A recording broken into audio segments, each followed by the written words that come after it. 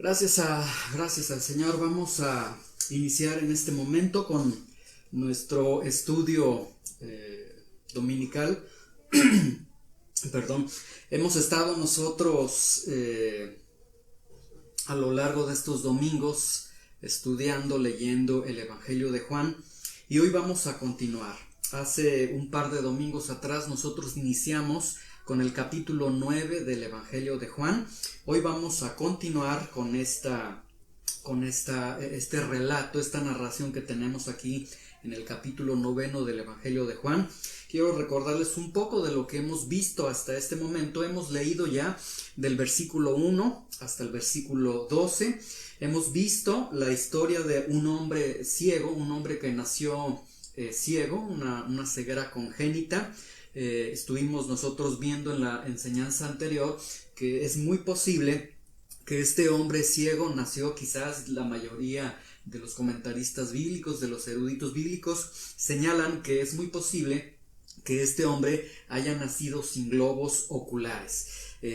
Vemos entonces, estamos viendo la historia de un hombre ciego condenado a mendigar toda su vida, porque en la cultura judía un hombre que tenía estas limitaciones físicas pues era una condena sin duda alguna para estar viviendo a través de estar solicitando la ayuda de todas las personas, porque no podían trabajar, ellos no podían accesar a la vida económica, la vida laboral. Hemos visto a un hombre que, ha sido mirado por todas las personas, por sus padres, por los vecinos, por todo mundo, incluso por los discípulos en esta ocasión que amerita el capítulo 9. Y veíamos que sin embargo los discípulos ven a este hombre y para lo único que les sirvió, para lo único que les fue útil, fue para entablar una mesa de debate y comenzar a discutir si él había pecado o sus papás quizás habían pecado. Hemos visto a un hombre ciego de nacimiento que es visto por Jesús por primera vez en toda su vida, visto por Jesús de una manera totalmente diferente. Un hombre al que el Señor le unta, hace un procedimiento muy particular para con él, forma lodo, escupe hacia la tierra, forma lodo con esa saliva, hace una mezcla con el polvo de la tierra, hace lodo, lo unta en los ojos de este hombre que jamás en toda su vida ha visto, y le pide, después le dice: ve ahora al estanque de Siloé, lávate. Y cuando él obedece, él va al estanque de Siloé. Recuerden, decíamos, él va nuevamente en esa oscuridad de la ausencia de la luz en sus ojos, llega a ese estanque, se lava. Quizás las personas lo ven y se extrañan y dicen: ¿por qué esta persona traerá lodo en los ojos? Mientras él se lava, él recibe la vista, el milagro se produce en la vida de él y es algo impresionante para él. Nosotros paralelamente hemos visto en estos versículos del 1 al 12, hemos visto que el mal existe,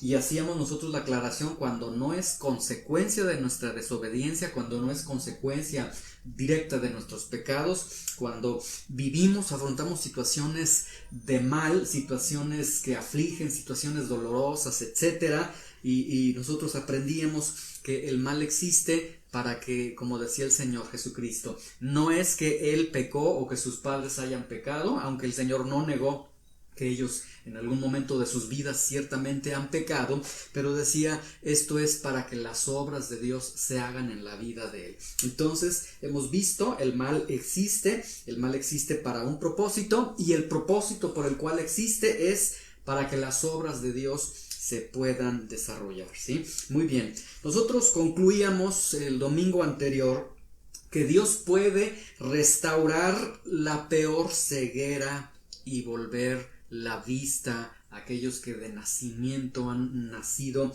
ciegos, y nos referíamos a ciegos espiritualmente. Él puede devolver la vista a cualquier persona que vive en la oscuridad de su visión espiritual, en la oscuridad de su visión, incluso de su visión física. Él puede traer la restauración. Él puede traer la sanidad. Pero veíamos que esta ceguera de este hombre va a dar lugar a que el Señor en este capítulo 9 comience a hablar de la ceguera que aqueja no tan solo a este hombre que hemos leído que estamos leyendo en este relato, sino la ceguera que aqueja a todo ser humano, y que es la ceguera espiritual. La ceguera espiritual en la que tú y yo hemos estado, en la que quizás algunos de nosotros, quizás en esta mañana, vivimos en esa ceguera espiritual. Vamos a estar viendo entonces en este relato que el Señor puede traer sanidad, la sanidad para la ceguera espiritual. Aprendíamos también el domingo anterior, concluíamos que Dios tiene un propósito en medio de todos nuestros males. Y nuevamente quiero volver a repetir este punto. Aquellos males que nos aquejan, aquellas situaciones en las que nosotros vivimos, que son dolorosas, que son difíciles, etcétera, pero que no vienen de manera directa por la consecuencia de nuestra desobediencia a Dios, Dios tiene un propósito en medio de nuestros males. ¿Cuál es ese propósito? Que las obras de Dios se efectúen en nuestras vidas. Pero no basta, decíamos el domingo anterior y concluíamos con eso, no basta ser untado solamente con lodo por el Señor, sino que necesitamos ir al Siloé, al estanque de Siloé, es decir, necesitamos obedecer al Señor. Llegar al Señor es fe y es obediencia, ¿sí? Muy bien, vamos entonces ahora en este domingo, vamos a continuar con esta lectura tan hermosa de esta narración que tenemos aquí en el capítulo 9 de este hombre ciego de nacimiento, y todas estas verdades tan preciosas que se van presentando a lo largo de estos pasajes. Hoy vamos a estar leyendo a partir del versículo 13 al versículo 34. Juan, capítulo 9, versículo 13 al versículo 34. Vamos a continuar leyendo. El tema que tenemos para este domingo lo he titulado He sido excomulgado, y será la primera parte. He sido excomulgado, primera parte. Muy bien, vamos a orar al Señor para que el Señor pueda usar su palabra, para que el Señor quite precisamente esa ceguera espiritual que nosotros tenemos, y que nos adentremos a las letras de lo que el Señor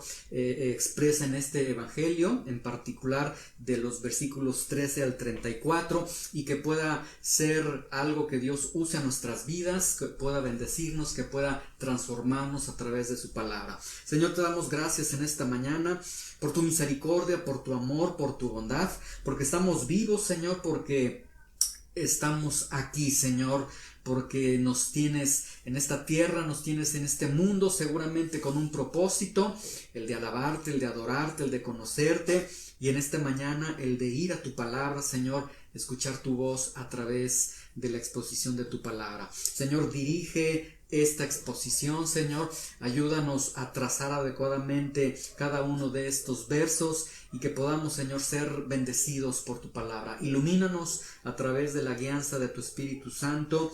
Prospera y bendice tu palabra, Señor, en el nombre de Jesús. Amén. Muy bien, vamos entonces al versículo 13, y antes de arribar al versículo 13 quiero leerles a partir del versículo 7, Juan capítulo 9 del versículo 7 en adelante, para llegar al versículo 13, hacer la transición y poderles ayudar a recordar el trasfondo que teníamos, el contexto que se tiene en esta narración. Dice el versículo 7: y el Señor Jesucristo le dijo: ve a lavarte en el estanque de Siloé, que traducido es enviado. Fue entonces y se lavó y regresó viendo, lo que expliqué hace unos momentos. El Señor le dice: ya tienes el lodo en tus ojos, ve a lavarte el estanque de Siloé. Él va, él obedece, fe y obediencia, como hemos mencionado, y una vez que él se lava, él regresa viendo, él regresa con la visión. Un milagro ha sucedido en sus ojos. Versículo 8: entonces los vecinos y los que antes le habían visto que era ciego decían: ¿no es este el que se sentaba y mendigaba? Unos decían: sí, él es. Otros decían: no, se parece a él. Pero él les decía: sí soy yo. O sea, no se estén confundiendo, efectivamente soy yo. Lo que pasa es que antes pues nunca habían notado que yo podía ver, pero sí soy yo ese ciego de nacimiento y ahora ha sido restaurada mi vista. Versículo 10, y le dijeron, ¿cómo te fueron abiertos los ojos?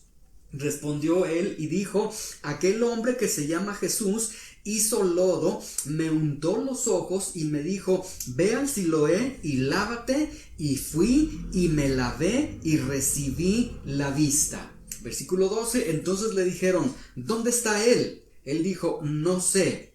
Ahora, esto es lo que vimos nosotros en la enseñanza anterior, ¿sí?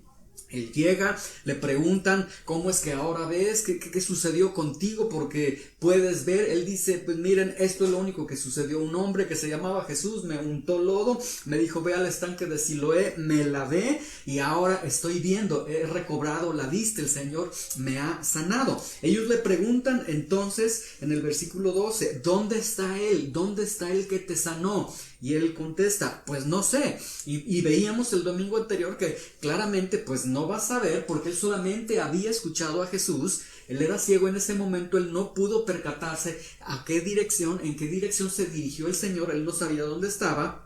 Pero vean el versículo 13 y a partir de aquí comienza lo que será un verdadero martirio, un verdadero proceso doloroso para este hombre que recién está viendo por primera vez en toda su vida. Dice el versículo 13, llevaron ante los fariseos al que había sido ciego. Vean, en medio de estos momentos tan emocionantes, de estos momentos llenos de alegría para este hombre que había sido sanado, lo primero que sucede es que estos vecinos que están reconociendo al hombre que es ciego después de este debate de si es, no es, si es, no es, no, y él les dice, sí, yo soy aquel que era ciego, lo llevan ante los fariseos. Prácticamente no le invitan, vente, vamos con los fariseos, sino que nos da la idea de que si bien no lo llevan capturado, pero sí lo están forzando y lo llevan de hecho ante los fariseos. Ahora, ¿por qué llevarlo ante los fariseos? Juan capítulo 8 ya habíamos visto que el Señor Jesucristo camina de entre todos ahí en el templo, porque ya habían tomado piedras y querían lanzárselas a Jesús y querían matar a Jesús. Los fariseos ya de manera abierta se han declarado como enemigos del Señor Jesucristo y quieren matar a Jesús. Ahora resulta que estos vecinos que están viendo este milagro en la vida de este hombre que ha sido sanado de sus ojos, ahora ellos lo llevan precisamente con los enemigos de Jesús. ¿Para qué llevarlo ante los fariseos? Y el versículo 14 parece ser que nos da la respuesta del por qué lo llevan a los fariseos. Es decir, en vez de alegrarse, en vez de decir gloria a Dios, o un gran milagro, bendito sea Dios, etcétera, lo que hacen es, fuiste sanado, naciste ciego desde que eras pequeño, entonces vente, vamos con los fariseos. ¿Por qué lo llevan con los fariseos? Versículo 14. Y era día de reposo cuando Jesús había hecho el lodo y le había abierto los ojos. Ahí está el problema. Ellos, al igual que los fariseos, eran totalmente legalistas, es decir, no importa si un hombre que nació ciego, no importa que un hombre ha sufrido durante toda su vida en la oscuridad de la ceguera de sus ojos físicos, no importa si es sanado, aquí el problema es que ese hombre fue sanado en día de reposo, lo cual es pecaminoso, lo cual no es correcto. Y necesitamos llevarte con los fariseos. Lo llevan con los fariseos. Vea el versículo 15, Juan 9:15. Volvieron pues a preguntarle también los fariseos, decir, una vez que ya lo llevan con los fariseos, a ver, señores fariseos, aquí les presentamos a este hombre que todos los vecinos conocemos que es un hombre que nació ciego de nacimiento, pero véanlo. Aprecien que este hombre sí puede ver, los puede ver, nos puede ver. Fue sanado en día de reposo, ¿sí? Entonces vea el versículo 15. Volvieron pues a preguntarle también los fariseos cómo había recibido la vista. Es decir, los fariseos lo escuchan, lo reciben, lo escuchan y le dicen, a ver, ¿cómo es que ahora ves? ¿Qué sucedió contigo? Y él les dice, netamente, les dice, me puso lodo sobre los ojos y me lavé y veo. Es decir, él solamente compartió lo que sucedió. Es que un hombre que llaman Jesús me puso lodo en mis ojos, me dijo, ve al estanque de Siloé. Yo fui, me lavé como él me ordenó, y mientras me estaba limpiando, resulta que abro los ojos, resulta que puedo abrir mis ojos y puedo ver. Y eso es exactamente lo que sucedió. Versículo 16. Entonces algunos de los fariseos, los fariseos le han preguntado, ¿por qué ves? ¿Qué es lo que sucedió? Porque ahora tienes la vista. Versículo 16. Entonces algunos de los fariseos decían, ese hombre no procede de Dios, porque no guarda el día de reposo. Y otros del mismo grupo de los fariseos, mucha atención con esto, decían, ¿cómo puede un hombre pecador hacer estas señales? Y había disensión entre ellos, había división entre ellos. Vea con mucha atención que entre este grupo de fariseos llega este hombre sanado con la compañía de estos vecinos de este hombre que ha sido sanado. Les expone exactamente lo que ha sucedido, cómo es que el Señor me restauró la vista.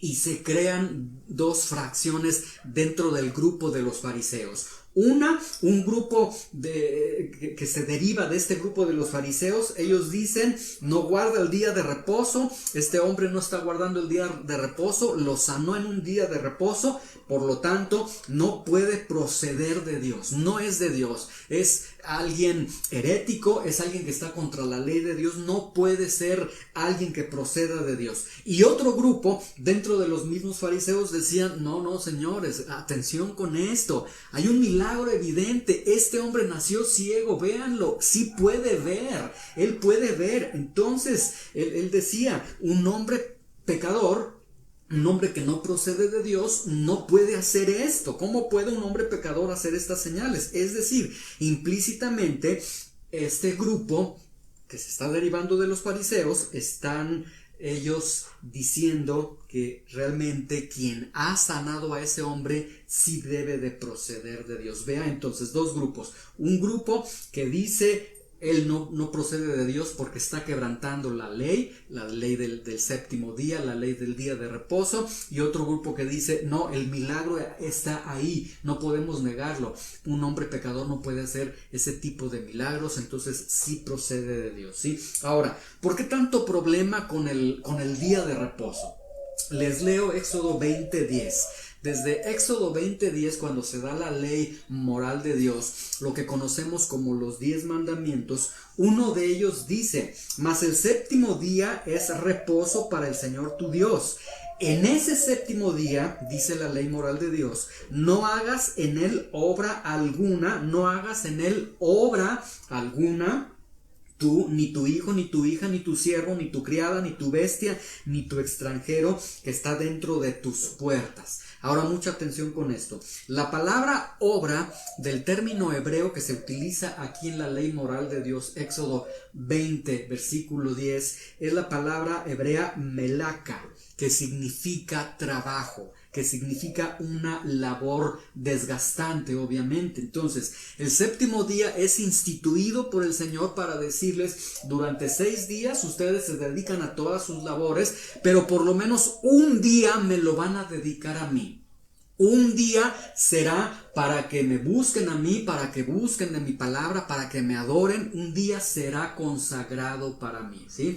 El día domingo, escuchen con atención, no fue en la ley moral de Dios establecido para que descansen. No significa que lunes, martes, los 6 días de la semana, es que has trabajado mucho, descansa el domingo, vive tu domingo, etcétera, etcétera, sino que la esencia del día de reposo es: un día me lo vas a dar para mí, de acuerdo a la ley moral de Dios, ¿sí? Ahora, ya en el Nuevo Testamento, obviamente, no tenemos el día de reposo porque nuestro reposo es Cristo. Y esto significa que entonces el primer día de la semana, el segundo, el tercero, el cuarto, el quinto, el sexto y el séptimo, el que está en Cristo, son días de reposo para el creyente, lo que significa que cada uno de nuestros días son días para el Señor. No tenemos un día en específico, Todos los días son para el Señor. Sí tenemos un día de la reunión corporativa, de la reunión general, el día del Señor, el día domingo, para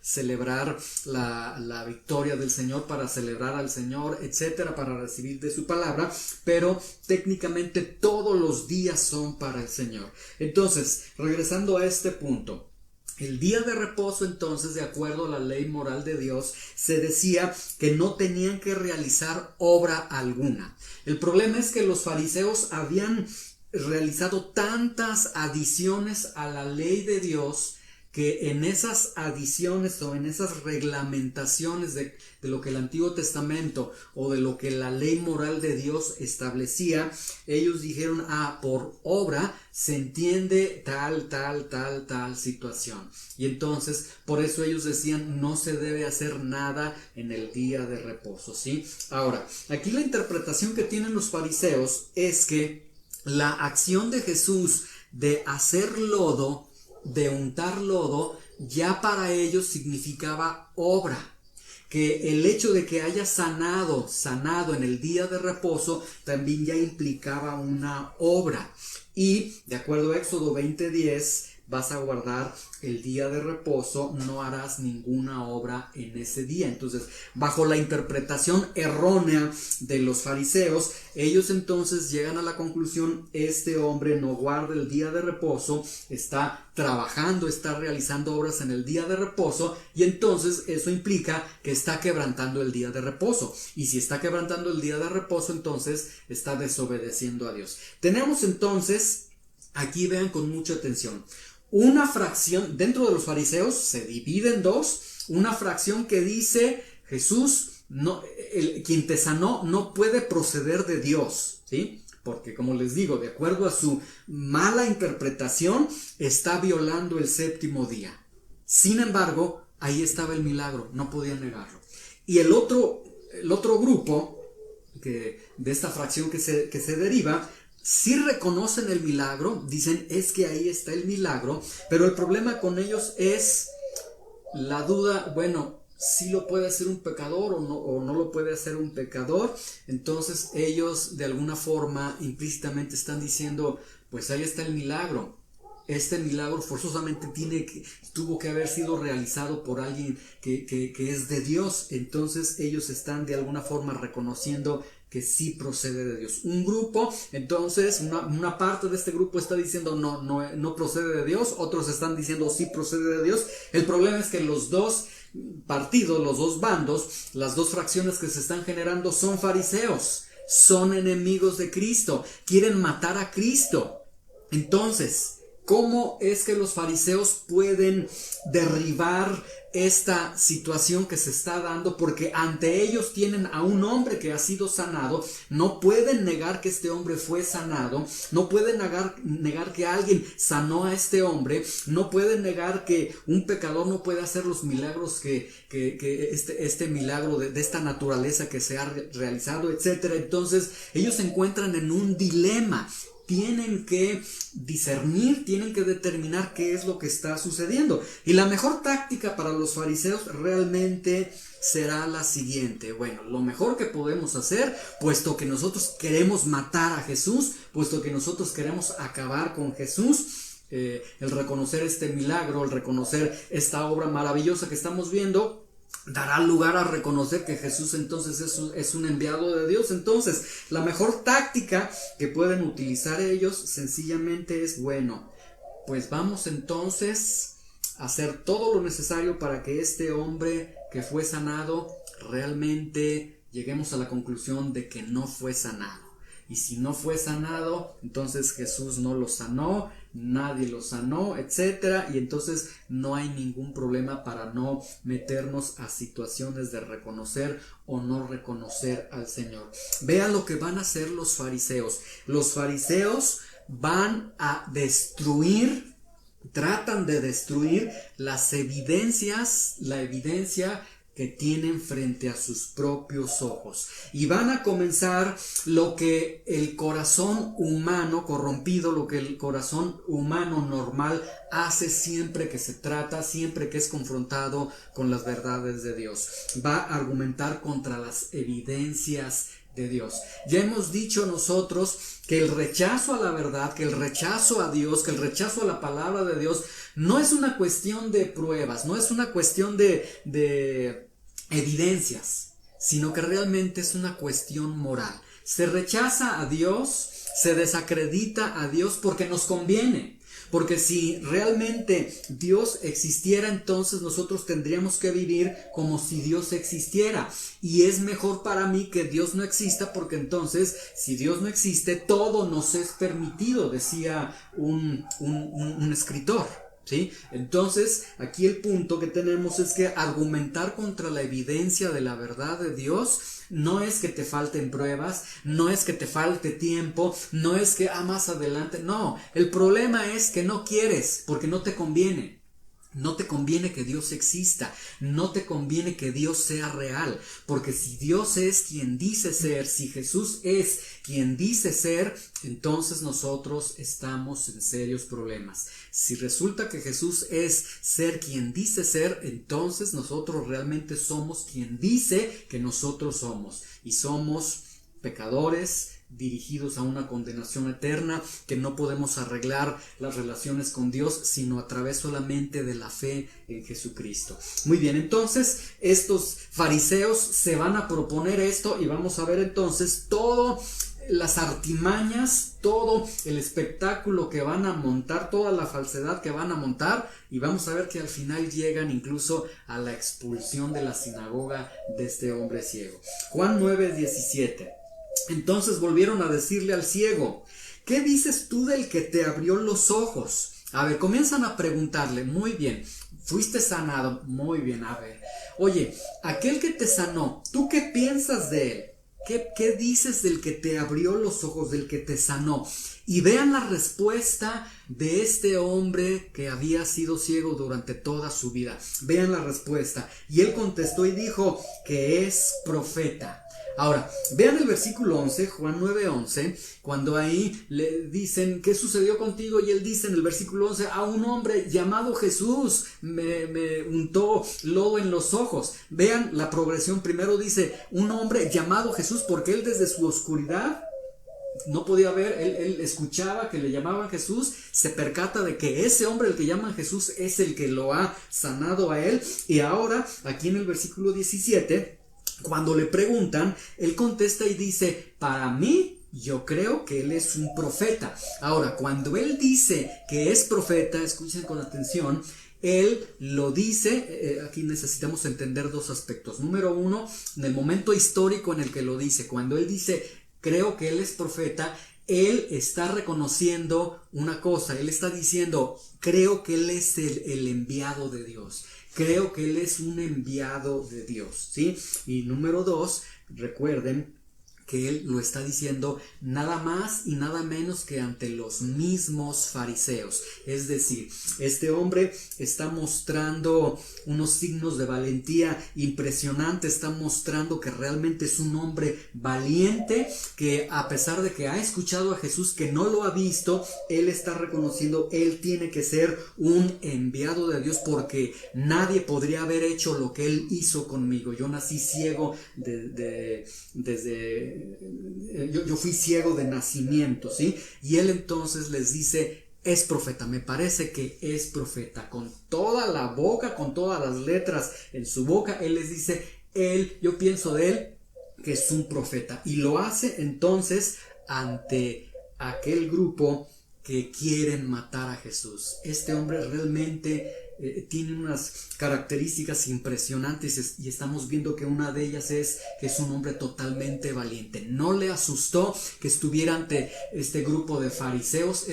Y ahora quiero que vean aquí: no ha recibido la vista hasta que llamaron a los padres del que había recibido la vista. Ahora, quiero que vean el versículo 8. Entonces los vecinos y los que antes habían visto que era ciego decían: ¿no es este el que se sentaba y mendigaba? Quiero que vean que del versículo 8 y del versículo 18 tenemos una gran verdad, nos deja ver una gran realidad en la vida de los fariseos. En el versículo 8, Juan 9:8, vemos que este hombre ciego era totalmente conocido por todos. Todos conocían a este hombre ciego, todos los vecinos, era popular, era conocido. Sin embargo, en el versículo 18, pero los fariseos, los judíos, no creían que él había sido ciego, sino que tienen la necesidad de llamar a los padres para que les confirme si realmente era ciego. Nos deja ver entonces que los fariseos no tenían contacto con los pobres, que no se relacionaban con la gente en necesidad, con la gente pobre, de tal forma que este suceso de un hombre que era conocido por todos, que era muy popular, conocido por todos, resulta que para los fariseos no fue conocido para ellos. Y esto nos deja ver que no es conocido por ellos, precisamente porque los fariseos entonces no tenían relación con los pobres, no tenían relación con la gente necesitada. Vean entonces, autoridades religiosas totalmente indiferentes al pueblo, ¿sí? De hecho, la palabra fariseo significa separado. Entonces vean que estas personas celosas por la ley de Dios, celosas por las cosas de Dios, son unos separatistas, se separan. Inicialmente ellos lo hacen de una manera realmente consagrada a Dios. Al paso del tiempo son personas que están separadas, que no tienen ni siquiera comunión con el pueblo de Dios, con los judíos, y podemos ver entonces unas autoridades totalmente indiferentes, autoridades religiosas totalmente indiferentes, y ellos hacen algo totalmente fuera de lugar. Ellos, versículo 18, piden que los padres de este hombre ciego, de este hombre que era ciego, acudan ante ellos, ante los fariseos, para poderle interrogar y para poder cerciorarse si realmente este hombre era ciego cuando nació, o solamente se están poniendo de acuerdo para darle crédito a Jesús. O sea, llegan a solicitar que vengan los padres. Ahora recuerden, este hombre ciego ya es un hombre mayor, ¿sí? Si fuera un niño, estamos de acuerdo, a ver, niño, trae a tu papá, necesitamos hablar con tu papá, pero es un hombre mayor. Ahora, si este hombre sanado estuviera mintiendo, ¿qué les hacía pensar que los padres no mintieran también? Es decir, lo que ellos están realizando realmente está fuera de lugar. Luego, versículo 19, Juan 9:19. Una vez que llegan los padres de este hijo, entonces los comisionan, les ordenan que vayan con ellos. Van los papás de este hombre que ha sido sanado y les preguntaron diciendo: este es su hijo, el que ustedes dicen que nació ciego, ¿cómo pues ve ahora? Vean el recibimiento tan indiferente, tan insensible, tan judicial con que reciben a los padres del hombre ciego.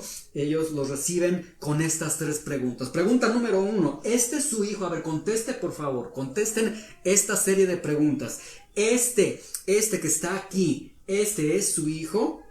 Ustedes afirman que él nació ciego, y si afirman que nació ciego, ¿cómo es que puede ver? ¿Sí? Vean, les formulan tres preguntas. De estas tres preguntas, las primeras dos preguntas, como lo vamos a ver en el versículo 20, la contestan los padres de familia, pero no contestan la tercera pregunta. Nuevamente las preguntas: ¿este es su hijo? Les preguntan. Número 2, ustedes afirman que nació ciego. Número 3, ¿cómo es que puede ver?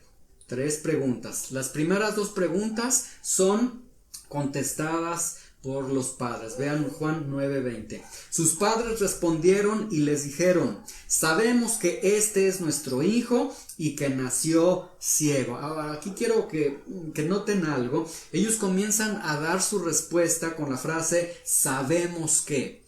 Y la frase sabemos que era una frase muy ceremonial para los fariseos, porque ellos siempre que hablaban iniciaban con el sabemos que, porque para ellos solamente ellos sabían y los demás no sabían. Solamente ellos tenían conocimiento y los demás eran unos ignorantes. Y ellos entonces contestan las primeras dos preguntas. ¿Este es su hijo?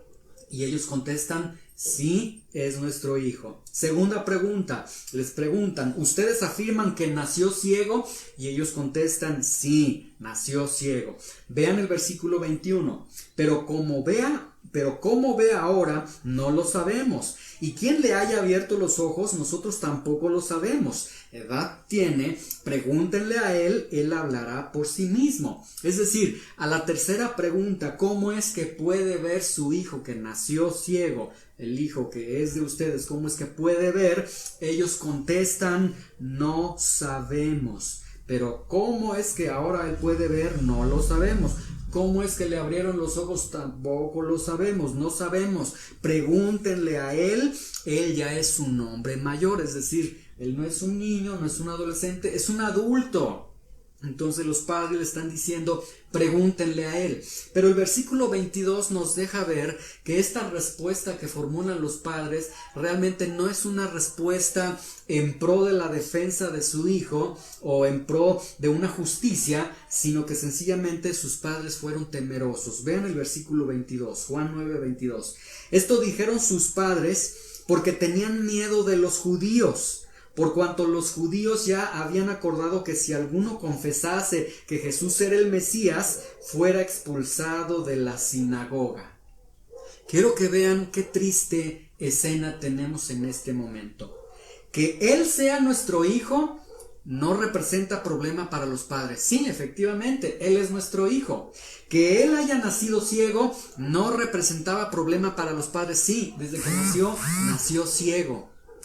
Pero que él haya sido sanado, eso sí representaba problema para sus padres. Eso sí representaba un problema para sus padres. Vean qué triste que para estos padres el hecho de que su hijo hubiese sido sanado, sí representaba un problema, y no los años, todos los años desde el nacimiento de este niño en ceguera, pobreza, en estar mendigando. Eso parece ser que todo ese lapso de vida, de larga vida que tenía ya este hombre mayor, no les representaba problema. Vean, preferían tener un hijo ciego, con todo lo que ello implicaba en una cultura judía, donde eran excluidos estas personas con estas limitaciones físicas, que tener un hijo sanado a ser expulsados por la sinagoga.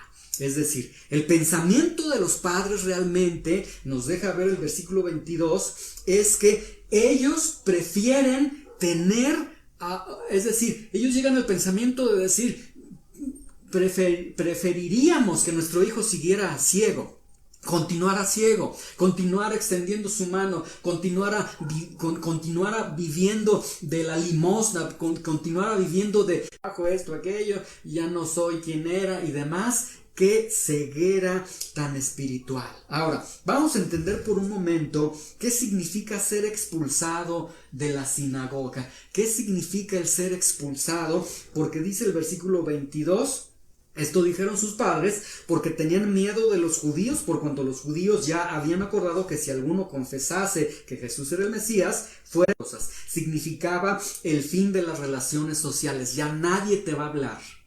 Cero comunicación contigo. Significaba el fin de las relaciones económicas. Ya no se te puede dar trabajo, no te podemos prestar, ya no te podríamos, ya no les podríamos ayudar a ustedes y juntamente a su hijo.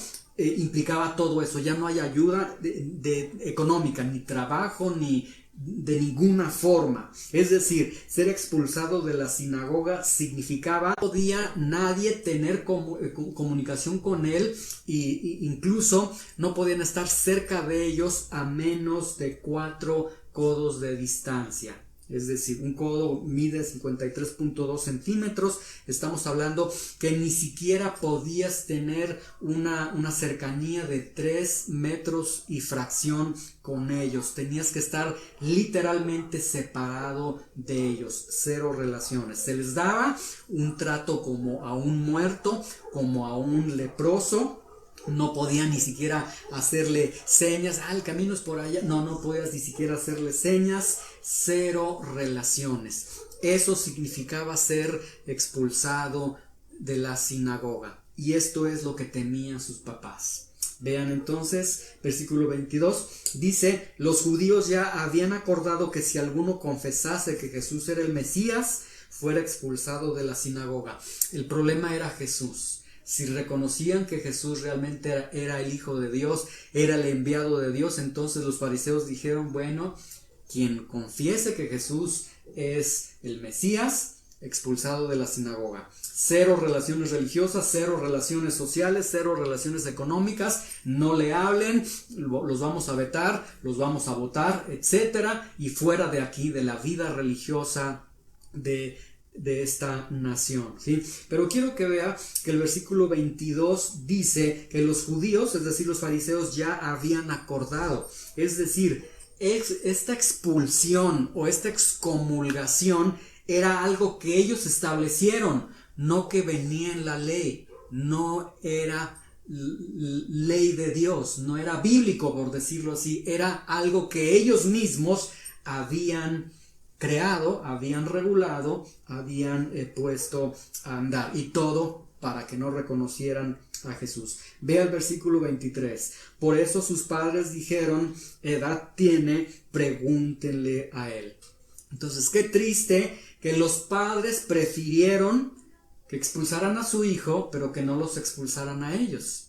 Es decir, prefiero que a nuestro hijo, que en toda su vida no ha visto porque nació ciego, y que ahora vean, en su primer día de visión física, en su primer día de visión, en sus ojos físicos está sucediendo todo esto, y unos padres que prefieren que lo expulsen a él a que nos expulsen a nosotros, ¿sí?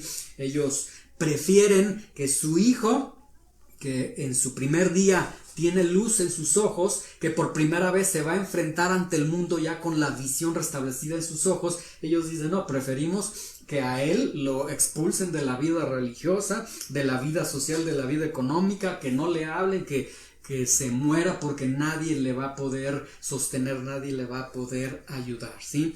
Y vemos entonces que realmente estos padres pues no amaban a su hijo, lo hicieron a un lado. Juan 9:24. Entonces volvieron a llamar al hombre que había sido ciego, porque con los padres no lograron nada. Volvieron a llamar al hombre que había sido ciego y le dijeron, da gloria a Dios, nosotros sabemos que ese hombre es pecador. Esta frase, da gloria a Dios, básicamente es una invitación, o le están diciendo, lo que vas a decir a continuación lo vas a decir bajo juramento. Vamos a verlo de esta forma. Entonces, declara bajo juramento, y luego nuevamente vean su forma particular de los fariseos de hablar. Nosotros sabemos, es decir, nosotros sí sabemos, los demás no. Nosotros tenemos el conocimiento, los demás son ignorantes. Y luego ellos dicen, nosotros sabemos que es pecador. ¿Por qué sabían que era pecador? Si en Juan, en el capítulo 8 que vimos, Jesús les dijo, si alguien me redarguye de pecado, díganlo, este es el momento, y se quedaron callados. ¿Por qué dicen que es pecador? Precisamente por la razón que lo llevaron los vecinos ante los fariseos, porque esto se desarrolló en un día de reposo, y porque para ellos eso constituye una obra, eso es violar el día de reposo, eso es ser un pecador, porque lo sanó en día de reposo. Versículo 25. Entonces él respondió y dijo, si es pecador, no lo sé. Una cosa sé, habiendo sido yo ciego, ahora veo. Vean nuevamente la valentía de este hombre que ha sido sanado. En su primer día de haber recobrado la vista. Más bien incorrecto, no recobró la vista, nunca la había tenido. En su primer día de tener la vista, vean la valentía. Él les contesta, bueno, señores, pues bajo juramento les contesto que yo era ciego, pero ahora veo. Algo sucedió en mi vida. Yo estaba condenado a la prisión de la ceguera espiritual y ahora veo. Yo estaba condenado y ahora estoy vivo. Yo iba a rumbo a un infierno y ahora estoy salvado por el Señor. Tuvo que haber obrado este milagro, es decir, que yo esté viendo, yo sé que Dios está detrás de esto necesariamente, y que quien me sanó viene de Dios, y que quien me sanó es un profeta de Dios, y que quien me sanó es un enviado de Dios. Versículo 26. Le volvieron a decir: ¿pero qué te hizo? ¿Cómo te abrió los ojos? Ahora, qué preguntas tan tontas, qué preguntas tan fuera de lugar. ¿Importaría el que te hizo? ¿Importaría el cómo lo hizo a un hombre que jamás había visto en su vida y que ahora estaba viendo? No importa, eso sería realmente lo de menos. Ellos están hablando con el primer hombre en toda la historia universal. Todo lo que me han pedido ya les he contestado. ¿Por qué vuelven otra vez? ¿Por qué otra vez la misma pregunta? ¿Por qué otra vez la misma situación? ¿Acaso se quieren hacer discípulos de él? Y vean el versículo 28, vean la respuesta. Atención, defensores del celo de Dios maldicen a un hombre. Por un lado están defendiendo la ley de Dios y por otro lado están con sus gargantas contaminadas, con sus lenguas contaminadas, maldiciendo a este hombre. Y le dicen: tú eres discípulo de Jesús. La connotación es: tú mereces ser expulsado de la sinagoga, porque ya hemos acordado que quien confiese que Jesús es el Mesías, lo vamos a expulsar. Pero ellos declaran y dicen: nosotros somos discípulos de Moisés, porque nosotros sí guardamos la ley, porque nosotros sí velamos para que se guarde el séptimo día. El problema es que toda la ley de Dios, todo Moisés, todo el Antiguo Testamento apuntaba a Cristo. Y a ellos parece ser que eso no lo vieron en la ley que tanto estaban defendiendo. Versículo 29. Nosotros sabemos que Dios ha hablado a Moisés, pero respecto a ese, Jesús, a ese que te ha sanado, no sabemos de dónde sea. Mentira, mentira y mentira del diablo. Ellos sí sabían quién era aquel al que Dios le había hablado. Dice: nosotros sabemos que Dios ha hablado a Moisés, pero respecto a ese no sabemos que Dios haya hablado. Y sí, Dios sí había hablado. Deuteronomio 18:18, el Señor había dicho: profeta les levantaré de en medio de sus hermanos, como tú, y pondré mis palabras en su boca, y él les hablará todo lo que yo le mandare. Sí estaba. Dios sí había hablado del Señor que vendría desde el Antiguo Testamento, desde la ley, desde Moisés, que ellos decían ser discípulos de Moisés, conocedores, celosos de esa ley. Juan 9:30. Respondió el hombre y les dijo: ay, señores, pues bueno, miren, ustedes tendrán mucha teología, ustedes saben mucho de la ley de Dios, ustedes, son celosos de Dios, del séptimo día. Sí, dice el versículo 30, respondió el hombre y les dijo: pues esto es lo maravilloso. Vean, esto es lo maravilloso. La palabra maravilloso no significa algo que sea maravilloso desde nuestra connotación gramatical, sino significa esto es sorprendente. Entonces él contesta y dice: esto es sorprendente. Vean, ustedes no saben de dónde él es, y resulta que él me sanó a mí, que él abrió mis ojos. En otras palabras, él les contesta y les dice: miren, un hombre entre nosotros me dio la vista, me sanó, y ustedes, que son defensores de la ley de Dios, de la gloria de Dios, etcétera, resulta que no saben quién es. Es una vergüenza para ustedes. Señores fariseos, ustedes son una vergüenza. Y vean nuevamente el atrevimiento de este hombre, y otra vez, en su primer día de visión física en sus ojos. Versículo 31. Y sabemos que Dios no oye. Ahora vean, este hombre les ha contestado y ahora les va a testificar y ahora les va a predicar. Vean, no conoce a Jesús, no ha visto a Jesús todavía, y sin embargo ya está hablando con una valentía, con una pasión de Jesús, porque lo único que tiene es la visión. Él me tocó, Él me sanó. Y sabemos que Dios no oye a los pecadores, pero si alguno es temeroso de Dios y hace su voluntad, a ese oye. Es decir, Dios no obra milagros a través de pecadores. Jesús necesariamente no puede ser pecador porque obró un milagro en mí. Jesús fue los pecadores no son oídos por Dios. Jesús sí fue oído por Dios, lo que está implicando, porque Él me sanó, entonces lo que está implicando que Él no puede ser pecador. Es decir, 2 veces les está diciendo Jesús: no es pecador. A él, a ese hombre al que ustedes le están tachando de ser pecador, yo les digo, no es pecador, no es pecador. Versículo 32. Desde el principio no se ha oído decir que alguno abriese los ojos a uno que nació ciego. Vean, él no tiene Biblia, él no tiene teología, él no tiene conocimiento.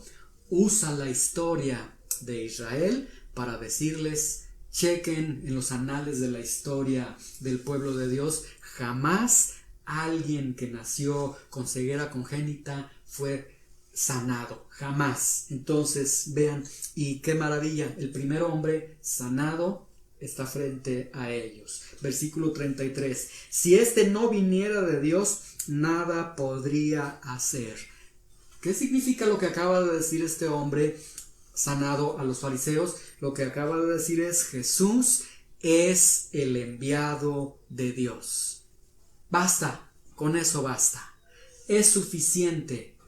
Los judíos ya habían acordado que aquellos que confesasen que Jesús es el Mesías fueran expulsados de la sinagoga. Este hombre nos acaba de decir que Jesús no es pecador, que es enviado de Dios, etc. Entonces, eso es suficiente. Vean el versículo 34. Respondieron y le dijeron: tú naciste del todo en pecado y nos enseñas a nosotros. Y le expulsaron. Lo expulsaron de la sinagoga. Ahora, quiero que veamos, ya para ir cerrando, la respuesta de los fariseos en esta inquisición. No es una investigación, es una inquisición para con este hombre sanado. Vean la respuesta de los fariseos. La respuesta de los fariseos va en tres partes. Primera parte, acusación. Segunda parte, humillación. Tercera parte, excomulgación o expulsión, ¿sí? Vean, primera parte, acusación. Le dicen: naciste del todo en pecado. Y es más, tú naciste ciego porque pecaste. A ver, vamos a analizar esto. Pues no, ellos no llamaron a los padres de este hombre ciego para cerciorarse porque ellos no creían que era ciego. Ahora resulta que no tan solo creen que era ciego, sino que ellos dicen: naciste ciego porque pecaste, ¿sí? Lo cual está implicando una anomalía doctrinal. Ellos entonces están confesando o están afirmando que existe la doctrina del pecado prenatal. Es decir, vean la torpeza. Es que tú antes de nacer pecaste. Válgame Dios. ¿Cómo es posible? ¿Sí? Eres ciego porque pecaste. Él es ciego de nacimiento, es decir, cuando nació, ya nació ciego. Entonces pecaste antes de nacer. El pecado prenatal. Por favor. El Antiguo Testamento además decía que los padres no llevarían el pecado de los hijos, ni los hijos el pecado de los padres. Entonces, ¿dónde quedó la ley que tanto están valorando y por la cual son defensores y son celosos? ¿Dónde quedó? Tenemos entonces una acusación falsa. Vean con atención. Una acusación falsa, una acusación sin fundamentos, totalmente una acusación infundada. Segundo aspecto, humillación. Ellos le dicen a este hombre sanado, le dicen: ¿y tú nos enseñas a nosotros? Y de aquí quiero que vean que podemos ver las características de un liderazgo corrupto, de un liderazgo eclesiástico totalmente corrupto, ¿sí? El primer punto, lanzan acusaciones infundadas. Lanzan acusaciones que no se pueden fundar con la palabra de Dios, que no se pueden fundar con las evidencias, que solamente ellos de una manera arbitraria, ellos dicen: no, tú hiciste esto y tú cometiste este mal y punto, y usted se calla y demás. Y número dos, la humillación, ¿sí? En la que nosotros sí sabemos, usted no sabe. Nosotros somos los que sabemos, usted es un ignorante. Ahora, quiero que vean que las características de todo falso maestro se ven de una manera muy palpable aquí en el actuar de los fariseos. Los falsos maestros, ellos creen que lo saben todo y que los demás no saben nada. O sea, por un lado, ellos lo saben todo y los demás no saben nada. Únicamente lo que ellos dicen o hacen está bien y lo que las personas dicen o hacen está mal, ¿sí? Si no piensas como yo pienso, si no interpretas la Biblia como yo la interpreto, si no ves esta forma como yo la estoy viendo, entonces tú eres un ignorante y yo soy un sabio. Es la forma, la característica de los falsos maestros. Ahora, 2 Corintios 10:12 dice: porque no nos atrevemos a contarnos ni a compararnos con algunos que se alaban a sí mismos, pero midiéndose a sí mismos por sí mismos y comparándose consigo mismos, no son juiciosos. Quiero que vea que aquí tenemos en 2 Corintios 10:12 la radiografía de un falso maestro, la radiografía de un liderazgo corrompido. Ellos se alaban a sí mismo. Ellos se miden a sí mismo. ¿Cuál es la medida? Ellos mismos. Ellos se comparan consigo mismos y no son juiciosos. De este texto, 2 Corintios 10:12, vemos que un liderazgo corrompido, las características que tienen es que forman un círculo cerrado, una élite especial, somos nosotros nada más, los demás están mal. Los demás no están caminando en los caminos de Dios, los demás no están obedeciendo a Dios, los demás están violando el séptimo día, etcétera, ¿sí? Se dedican a la promoción de sus personas. Esta es una característica muy particular. Que sus nombres brillen, que sus fotografías brillen, que sus Facebook brillen, que vean que yo opino, que yo digo, quieren promoción de sus propias personas, establecen parámetros falsos a los que se pueden someter ellos con mucha facilidad, se proclaman superiores a los demás porque como buen fariseo sabemos que nosotros sí sabemos, los demás no saben, y como ellos en sí mismos son la única pauta, se miden a sí mismos con sí mismos, etcétera, como son la única pauta a seguir, pues mire, un liderazgo corrompido, ellos como se juzgan a la luz de lo que ellos piensan, de lo que ellos son, etcétera, pues ellos siempre van a tener razón en todo lo que digan y en todo lo que hagan. Es decir, gánale a un liderazgo corrompido, jamás le vas a poder ganar a un liderazgo corrompido. De hecho, si a un liderazgo se les dice este liderazgo sea corrompido, o se van a ofender tal cual se están ofendiendo los fariseos y van a hacer normalmente lo que hicieron los fariseos: excomulgación o expulsión. Ahora, la palabra expulsión que dice y le expulsaron es muy interesante porque es la única vez en el Nuevo Testamento que se utiliza el término exabolón. Y el término exabolón significa oficialmente expulsado de la sinagoga. Este oficialmente expulsado de la sinagoga implica al menos 3 acciones. Bueno, implica, número 1, que cuando lo expulsaron, ellos prontamente hicieron todo lo necesario para oficializar la expulsión.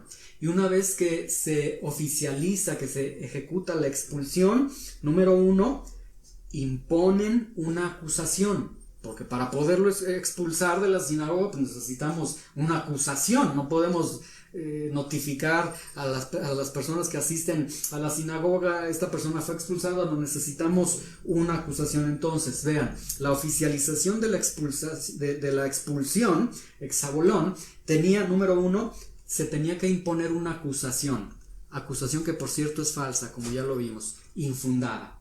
Bueno, imponen una acusación. Número 2, imponen amenazas. No te queremos aquí, eres un hereje, eres un problema para nosotros, eres perjudicial para nosotros, que nadie te hable, estás excluido de la vida religiosa, económica, social, etcétera, etcétera, ¿sí? Y número 3, se daba publicidad ante la sinagoga. Es decir, literalmente se notificaba en la sinagoga y se les decía: señores, a partir de este momento, ese hombre de tal nombre, etcétera, este hombre ciego, fue expulsado de la sinagoga. Ahora, yo por más que me puse a pensar si este término exabolón nos está hablando de una oficialización, una expulsión totalmente soportada, totalmente documentada, totalmente oficializada, cómo es que habrían notificado a los que asistían a la sinagoga. Y yo hice un pequeño extracto de lo ridículo que se escucharía la expulsión una vez que fue expulsado este hombre sanado de la sinagoga. Vamos a pensar que se llamaba Rafael el hombre sanado. Quizás entonces esto nos deja ver que cuando lo expulsan, cuando lo excomulgan de la sinagoga, dan un aviso, ya sea escrito o verbal, y dice algo así, más o menos. Rafael, ciego de nacimiento y sanado, quien ha vivido y practicado el pecado prenatal, es decir, el pecado antes de nacer, y ha sido sanado por Jesús, se ordena ser separado formalmente de esta sinagoga, se prohíbe todo trato religioso, todo trato social, todo trato económico con él, no pueden hablarle, no pueden hacerle señas, bloqueenlo de su Facebook, no le hablen, etcétera. Si lo ven en la calle, hagan como que no lo ven, no pueden tener contacto con él a menos de 3 metros de distancia. ¿Ve qué ridiculez? Decía alguien subió un comentario en el internet que decía, dice, aquellas iglesias que te prohíben convivir con hermanos de otra iglesia. Y decía, eso está mal totalmente, porque pues, nosotros somos hermanos, no somos pandilleros. Y muchas veces en el pueblo de Dios, en la iglesia, se quiere llegar a esto cuando el liderazgo se comienza a corromper. No hay ningún problema que tú convivas con hermanos en la fe de otra iglesia o de otra iglesia, etcétera. No hay ningún problema porque somos hermanos en la fe precisamente. Y no se tiene la autoridad en la Biblia para prohibir y decir, tú te congregas conmigo, entonces tú no le hablas a ninguno. Solamente aquí en esta iglesia tienen que ser tus amigos, tienen que ser con quienes tú convives. Vean la facilidad, la ligereza con la que un liderazgo se corrompe. Versículo 34 entonces. Respondieron y le dijeron, tú naciste del todo en pecado y nos enseñas a nosotros. Y le expulsaron. En su primer día, con sus ojos, con la luz en sus ojos, este hombre fue expulsado de la sinagoga. Es decir, pasa de estar mendigando a ser excluido. Y quiero ir cerrando. Un hombre que había sido ciego desde su nacimiento, con una vida difícil, con una vida precaria, en necesidad constante, pidiendo cada día el sustento diario. Un hombre que en la oscuridad de su ceguera escuchó el nombre de Jesús y Jesús le untó lodo en sus ojos y le pidió que fuera al estanque de Siloé a lavarse y se produjo el milagro. Un hombre que ante la maravilla de la vista, porque nunca había visto en toda su vida, ahora con sus propios ojos puede ver vecinos que lo llevaron ante los fariseos. Puede ver a sus padres que prefirieron que él fuera expulsado a que ellos fueran expulsados y que básicamente negaron a su hijo. Un hombre que sabe que ha sido sanado, que sabe que quien lo sanó debe proceder de Dios, que quien lo sanó es un profeta de Dios, es un enviado de Dios, pero hasta ese momento quien lo ha sanado, Jesús, no ha sido conocido por este hombre. Sin embargo, él dice, no conozco a Jesús, pero tengo la marca de Jesús porque él ha tocado mi vida y él me ha restaurado la vista en mi vida, ¿sí? Él no había visto a Jesús físicamente en ese momento, pero ya había visto a Jesús espiritualmente. Un hombre que es oficialmente excomulgado en su primer día de visión de sus ojos, con todo lo que le implicaba, es decir, tuvo una vida sufriente, pues ahora se le avecina una vida peor de sufriente porque está excluido de toda relación con los israelitas. Alguien dijo en una ocasión, el ser expulsado por los religiosos que no conocen a Dios es realmente una bendición para el expulsado. Concluyo con los siguientes pensamientos. ¿Qué ejemplo hemos presenciado a través de las letras de estos versículos? Alguien podría pensar y decir, pues mejor era que estuvieras ciego a que el Señor te hubiera restablecido la vista, porque pues ahora ya ves, pero estás expulsado, estás fuera de toda relación con los israelitas, no puedes ir a la sinagoga, no puedes participar en las actividades religiosas, no puedes participar en ningún trabajo, ya no te podemos ni ayudar. Porque antes eras ciego, se te daba una limosna, ahora no te podemos ayudar porque no podemos tener contacto contigo a menos de 3,5 metros. Entonces alguien podría decir, estabas mejor antes que ahora, ¿sí? Pero ¿qué testimonio tenemos con este hombre que en verdad infunde valor por la causa de Cristo? ¿Y qué si los religiosos falsamente te acusan, te ridiculizan y te expulsan? Nuevamente hago la pregunta. ¿Qué sucede? ¿Y qué si un liderazgo corrompido, si los religiosos en algún momento te han acusado infundadamente, te han ridiculizado infundadamente, incluso te han expulsado de su sinagoga? ¿Qué? ¿Por eso vas a dejar de buscar al Señor? ¿Y qué si incluso has pecado? Si incluso le has fallado al Señor en tu vida, ¿qué? ¿Ya por eso no vas a buscar al Señor? ¿No vas a seguir al Señor?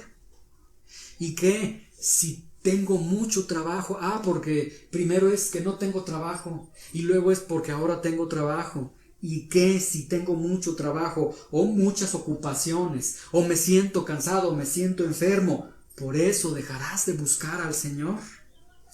Quiero cerrar con este pensamiento y que cada uno de nosotros reflexionemos honestamente en nuestros corazones. Quiero que piensen por un momento en esto. Este hombre vivía en las peores condiciones que una persona podía vivir en esa cultura. Este hombre vivía en las peores condiciones porque ni siquiera podía ver. No podía valerse por sí mismo, ¿sí? Siempre tenía que estar siendo auxiliado por demás personas, y vemos que tanto vecinos como incluso hasta sus padres realmente no estuvieron con él. Lo entregaron con los fariseos. Pero este hombre que vivió en las peores condiciones es sanado. Y ahora, una vez que experimenta el gozo más hermoso en toda su vida, puede ver, ahora ve una expulsión, una excomulgación de la sinagoga, con todo lo que implica. Ya hemos explicado todo, no era cualquier cosa, no era cualquier situación, pero aún así se mantuvo firme en el Señor. Porque no hay ni un solo registro que él haya dicho, ay Señor, ¿saben qué? Perdónenme, miren, no, él no es un enviado de Dios, él es un pecador, él es aquello, sí, tengo la vista, no, él se mantuvo firme.